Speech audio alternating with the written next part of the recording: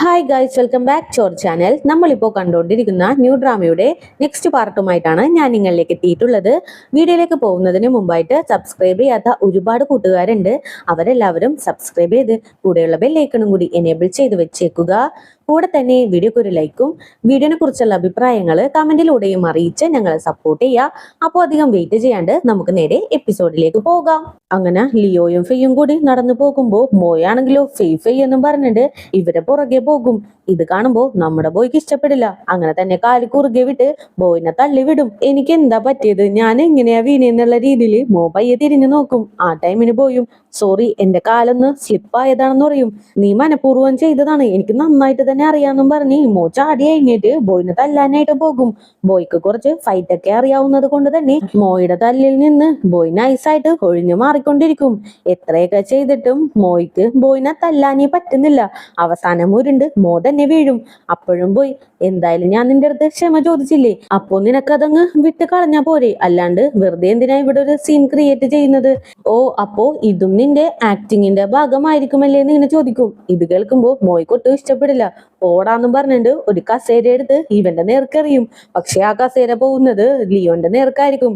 അപ്പൊ തന്നെ ബോയ് വന്ന് ആ കസേര തട്ടിക്കളയും. ഇതും കൂടി ആവുമ്പോ ബോയ്ക്ക് വല്ലാത്ത ദേഷ്യം വരും. പെട്ടെന്ന് ഓടിച്ചെന്ന് അവന്റെ നെഞ്ചത്തിട്ട് ഒരു ചവിട്ട് കൊടുക്കും. എന്നാലും മോയ്ക്ക് മതിയാവാണ്ട് വീണ്ടും ബോയിനെ തല്ലാനായിട്ട് വരും. വീണ്ടും ഒരു അടി കൊടുത്തിടും. അപ്പൊ തന്നെ ഫ്രണ്ട്സ് എല്ലാരും വന്ന് മോയിനെ സ്റ്റോപ്പ് ചെയ്യും. മര്യാദക്ക് നീ ഇവിടെ നിന്ന് പോകുന്നതായിരിക്കും മോ നല്ലത്, അല്ലെങ്കിൽ എന്റെ കയ്യിൽ നിന്ന് ഇനിയും വാങ്ങുമെന്ന് പറഞ്ഞ് ലിയോന് നേരെ തിരിയും. ഇനി എനിക്ക് നിന്റെ അടുത്തും കൂടി വോൺ ചെയ്യാനായിട്ടുണ്ട്. നീ ഇവളുടെ അടുത്ത് നിന്ന് കെയർഫുൾ ആയിട്ട് ഇരിക്കണമെന്ന് ഫെയിനെ ചൂണ്ടിക്കാണിച്ചു പറയും. ലിയോക്കും ഒന്നും മനസ്സിലാവാണ്ട് പയ്യെ ഷോക്കായിട്ട് ഫെയിനെ തിരിഞ്ഞു നോക്കും. ഫെയ് ആണെങ്കിലോ ഞാനൊന്നും അറിഞ്ഞിട്ടില്ലേ, ഞാൻ ഭയങ്കര പാവമാണ് എന്നുള്ള റിയാക്ഷൻ ഒക്കെ ഇട്ട് നിൽക്കും.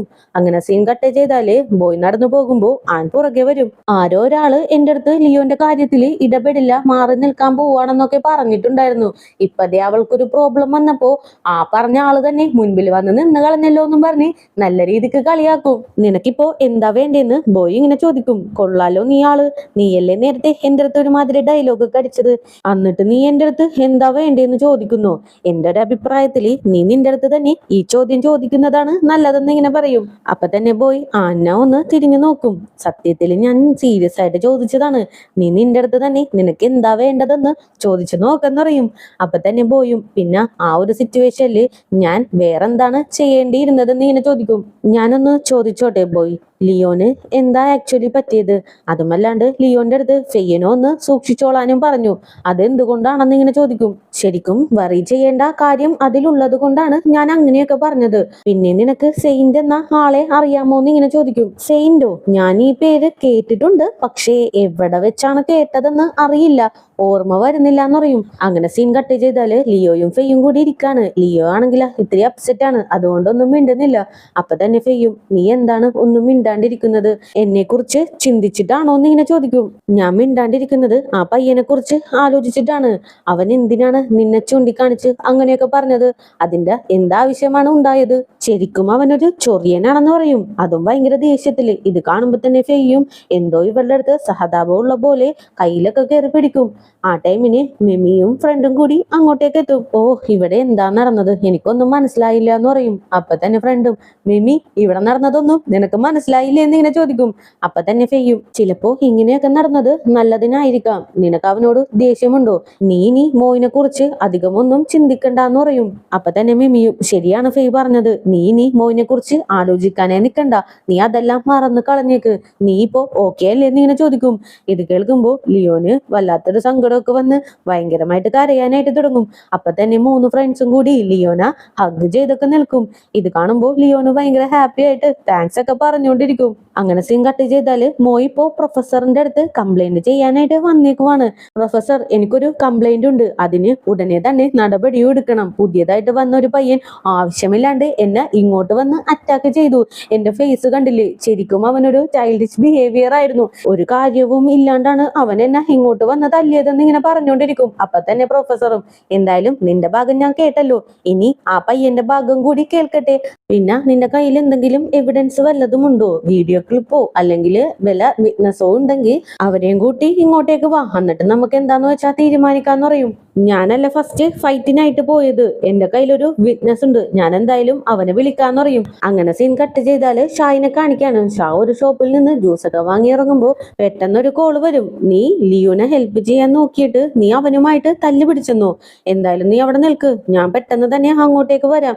ഞാൻ ഈ ഏരിയയിൽ തന്നെ ഉണ്ടെന്നും പറഞ്ഞ് പുള്ളിക്കാരൻ പെട്ടെന്ന് തന്നെ അവിടെ നിന്ന് നടന്നു പോകും. അങ്ങനെ സീൻ കട്ട് ചെയ്താല് മോയും ബോയും കൂടി പ്രൊഫസറിന്റെ മുൻപിൽ ഇരിക്കാണ്. അപ്പൊ തന്നെ പ്രൊഫസറും മോ വന്ന് പറഞ്ഞല്ലോ നീ അവനെ പഞ്ച് ചെയ്തു. എന്താ അവൻ പറഞ്ഞത് സത്യമാണോ എന്ന് ഇങ്ങനെ ചോദിക്കും.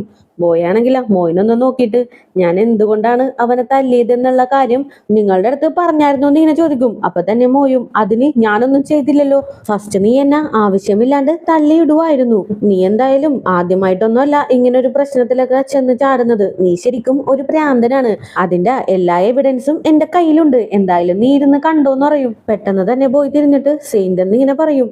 അപ്പൊ തന്നെ മോയും എന്താ അപ്പൊ നിനക്കെല്ലാം അറിയാം, ഇപ്പൊ നിനക്ക് പേടിയാവുന്നുണ്ടല്ലേ എന്ന് ഇങ്ങനെ ചോദിക്കും. അപ്പൊ തന്നെ പോയും ഇല്ല, എനിക്കൊരു പേടിയുമില്ല. ഞാനേ അവനെ കാണാനായിട്ട് വെയിറ്റ് ചെയ്തുകൊണ്ടിരിക്കുവാണ്, അത്രയേ ഉള്ളൂ എന്ന് പറയും. ആ ടൈമിനാണ് ഷായും സ്റ്റാഫ് റൂമിലേക്ക് കയറി വരുന്നത്. ആക്ച്വലി ഷായുടെ ഒറിജിനൽ നെയിമാണ് സെയിന്റ് എന്നുള്ളത്. ഇവര് രണ്ടുപേരും നേരത്തെ മീറ്റ് ചെയ്തിട്ടുണ്ടെങ്കിൽ പോലും ഇത് ആരാണെന്ന് ഹീറോന് അറിയില്ല. അതിന്റെ കൺഫ്യൂഷൻ ആണ് ഇപ്പോ ഉള്ളത്. അങ്ങനെ ഷായിനെ കാണുമ്പോ തന്നെ പ്രൊഫസറും മോ ഇവിടെ ഒരു കംപ്ലൈന്റ് രജിസ്റ്റർ ചെയ്തിട്ടുണ്ട്. അതുമല്ലാണ്ട് ഈ ബോയ് നേരത്തെ തന്നെ ഒരുപാട് പ്രശ്നങ്ങൾ ഉണ്ടാക്കിയിട്ടുണ്ടെന്നും ഞാൻ അറിഞ്ഞു. അതിന് സാക്ഷി നീയാണെന്നാ പറയുന്നത്. എന്താ ഇവൻ പറയുന്നത് സത്യമാണോ എന്ന് ഇങ്ങനെ ചോദിക്കും. അതെ, എനിക്കറിയാവുന്ന ഒരു പെൺകുട്ടിയുടെ അടുത്ത് ഇവൻ നേരത്തെ തന്നെ മിസ്ബിഹേവ് ചെയ്തിട്ടുണ്ട്. അതിന് സാക്ഷി ഞാനാണ്.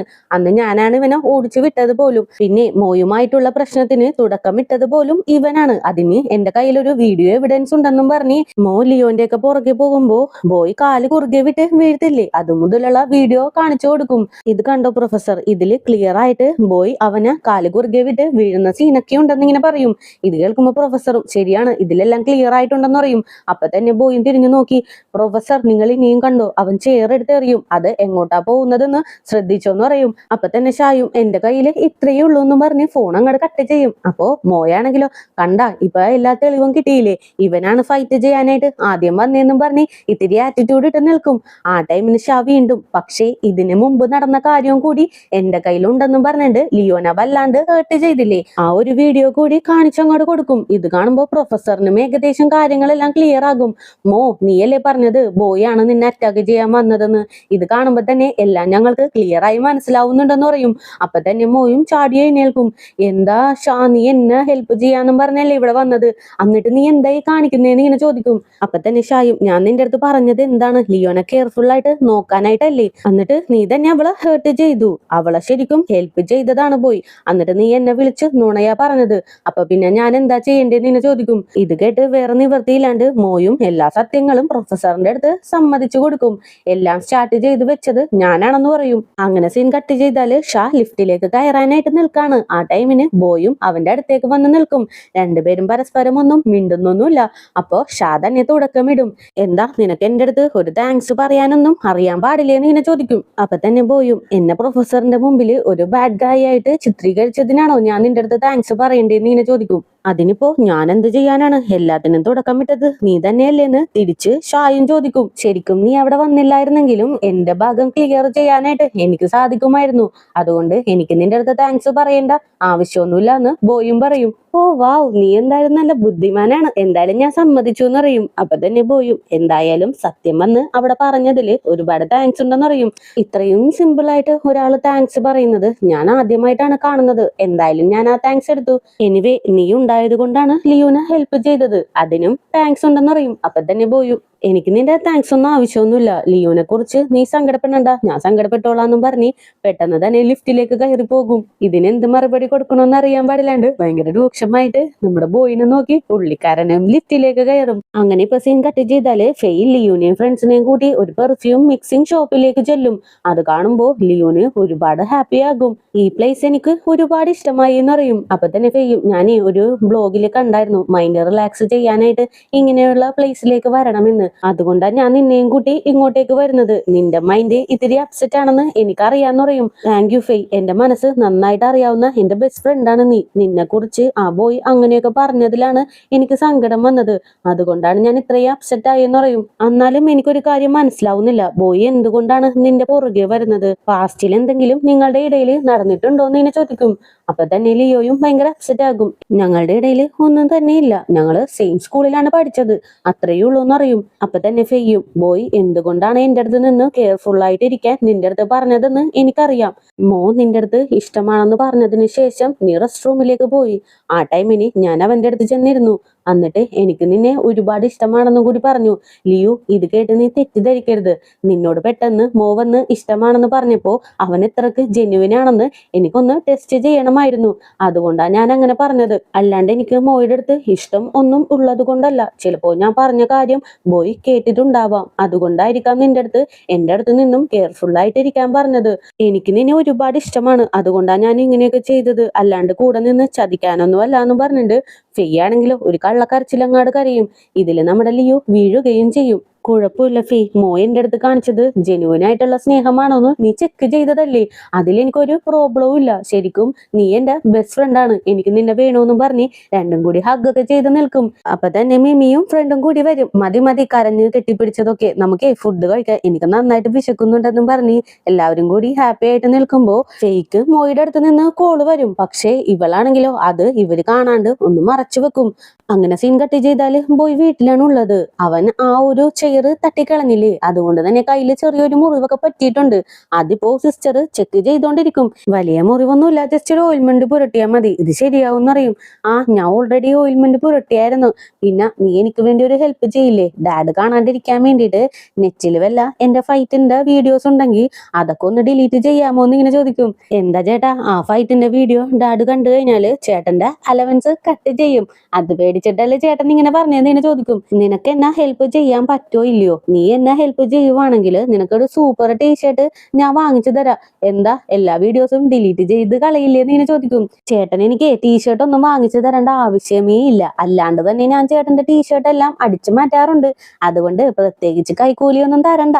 എന്തായാലും ചേട്ടൻ പേടിക്കണ്ട, ഞാൻ ആ വീഡിയോസ് ഒക്കെ ഓൾറെഡി ഡിലീറ്റ് ചെയ്തു എന്നറിയും. താങ്ക് യു മോളെ, ഞാൻ എന്തായാലും നിനക്കൊരു ടീഷർട്ട് വാങ്ങിച്ചു തരാന്ന് പറയും. എന്തായാലും എനിക്ക് ടീഷർട്ട് ഒന്നും വേണ്ട, ഈ പ്രാവശ്യം ഡാഡ് തന്നെ അലവൻസ് മുഴുവനായിട്ട് എനിക്ക് തന്നാ മതി, എനിക്ക് കുറച്ച് കാര്യങ്ങളുണ്ടെന്ന് പറയും. എന്തായാലും ഞാൻ തരാം, ഇപ്പൊ തന്നെ തരാന്നും പറഞ്ഞ് ബോയ് അങ്ങനെ തന്നെ ഫോൺ എടുത്ത് ചെക്ക് ചെയ്യും. അതിലാണെങ്കിൽ അലവൻസ് ഒന്നും വന്നിട്ടില്ല. അതിന് പകരം പെട്ടെന്ന് ഡാഡിന്റെ ഒരു മെസ്സേജ് വരും. നീ സ്കൂളിൽ ഫൈറ്റ് ചെയ്തല്ലേ, ഈ പ്രാവശ്യം നിനക്ക് അലവൻസ് ഒന്നും ഇല്ലാന്നും പറഞ്ഞിട്ടാണ് ആ മെസ്സേജ്. ഇത് കണ്ട് ഷോക്കായിട്ട് നിൽക്കുമ്പോ തന്നെ സിസ്റ്ററിനും ഡാഡിന്റെ അടുത്ത് നിന്ന് മെസ്സേജ് വരും.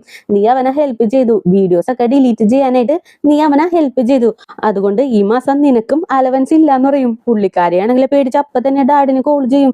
അയ്യോ ഡാഡ്, ഞാനൊരു ഫൈറ്റും ചെയ്തില്ലല്ലോ, ചേട്ടനല്ലേ ഫൈറ്റ് ചെയ്തത്, അതിന് എന്റെ അലവൻസ് എന്തിനാ കട്ട് ചെയ്യുന്നത്? ഞാൻ അതിന് അവനെ ഒന്ന് ഹെൽപ്പ് ചെയ്തിട്ടില്ല എന്നും പറഞ്ഞ് പുള്ളിക്കാരി പുറത്തേക്ക് ഓടുമ്പോ കൈതട്ടി ഒരു ഫോട്ടോ ഫ്രെയിം നിലത്ത് വീണ് പൊട്ടും. ഇത് കണ്ട് ബോയും അടുത്തേക്ക് ചെന്ന് ആ ഒരു ഫോട്ടോ കൈകൊണ്ടെടുക്കും. അതില് ബോയും സിസ്റ്ററും ഫാദറും കൂടിയുള്ള ഒരു ഫോട്ടോയാണ്. പക്ഷേ പകുതി മടക്കി ഇവരുടെ അമ്മയുടെ ഫോട്ടോയും കൂടി ഉണ്ട്. അത് കാണുമ്പോൾ ബോയ്ക്ക് വല്ലാത്ത ടെൻഷൻ വന്ന് അമ്മയുടെ ഭാഗം മാത്രം കീറിയെടുത്ത് അത് ചുരുട്ടിക്കൂട്ടി വേസ്റ്റ് ബിന്നിലേക്ക് ഇട്ടിട്ട് പുറത്തേക്ക് പോകും. എന്തായാലും ഇതോടുകൂടി തന്നെ ഇന്നത്തെ പാർട്ടും കൂടി ഞാൻ അവസാനിപ്പിക്കുകയാണ്. നെക്സ്റ്റ് പാർട്ടുമായിട്ട് എത്രയും പെട്ടെന്ന് തന്നെ വരുന്നതായിരിക്കും. അപ്പോൾ പുതിയ കൂട്ടുകാരെങ്കിലും നമ്മുടെ ഈ ചാനൽ വിസിറ്റ് ചെയ്തിട്ടുണ്ടെങ്കിൽ സബ്സ്ക്രൈബ് ചെയ്ത് കൂടെയുള്ള ബെല്ലൈക്കണും കൂടി എനേബിൾ ചെയ്ത് വെച്ചേക്കുക. കൂടെ തന്നെ വീഡിയോക്ക് ഒരു ലൈക്കും വീഡിയോനെ കുറിച്ചുള്ള അഭിപ്രായങ്ങൾ കമന്റിലൂടെയും അറിയിച്ച് ഞങ്ങളെ സപ്പോർട്ട് ചെയ്യുക. അപ്പോൾ നെക്സ്റ്റ് പാർട്ടുമായിട്ട് വരുന്നവരേക്കും tata bye bye, see U.